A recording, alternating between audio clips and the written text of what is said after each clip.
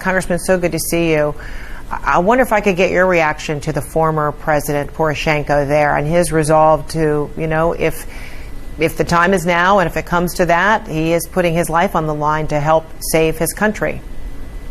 Fredricka, it was incredibly moving, the resolve, his sense that he may give up his life to protect the freedom of his people. And when I was in Munich at the security conference with Speaker Pelosi, we met the mayor of Kiev. He's 6'5", he's a former boxer. He said he and his people will fight for Ukraine. The least we can do is provide them with the weapons so they can make this fight. And now there is this promised new authorization of $350 million in new U.S. military assistance to Ukraine. How urgently can that be delivered in the form of arsenal for the Ukrainian people? It can be delivered very soon, within days, but it's not enough. It's a good start, but they need more weapons. They need anti-aircraft missiles. They need anti-tank missiles. They need the weapons that that can resist the Russians. You have a situation in Ukraine, Fredricka, where I'm hearing that professors, that software engineers are learning how to pick up a rifle and fight. That population, the Ukrainian people, are willing to make this fight, and we need to stand with them, not just in principle, but give them the weapons so they have some chance. Perhaps last hour you saw our live pictures of Russian tanks, more of them making their way out of Russia and into Ukraine. You heard our reporter Alex Marquardt say that Russian troops were arriving from the north, south, and east and west of Kyiv.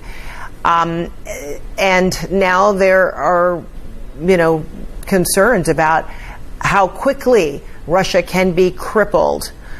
President Biden adding sanctions to Putin and his foreign minister yesterday, and that's on top of other sanctions against Putin's inner circle in government and business.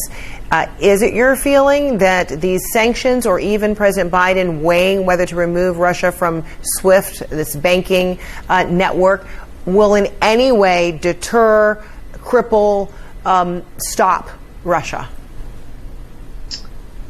Well, we know that Putin is not acting rationally, and based on your reporting, it's inhumane to see the loss of life, to see families being split apart, to hear the reporting of that 7-year-old boy who doesn't know if his father is going to come with him. This is the loss of human life that Putin is imposing, and he didn't need to.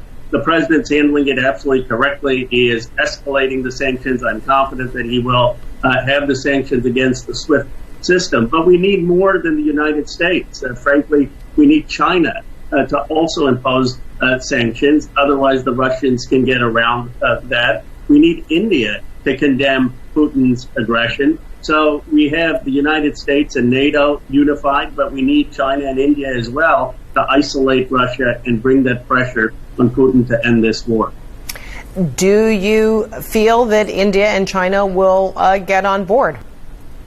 Well, they have a decision to make. They have a decision to make about whether they are going to be part of a system of nations that respect the territorial sovereignty of other nations. In India's case, whether they're going to stand up against an autocrat.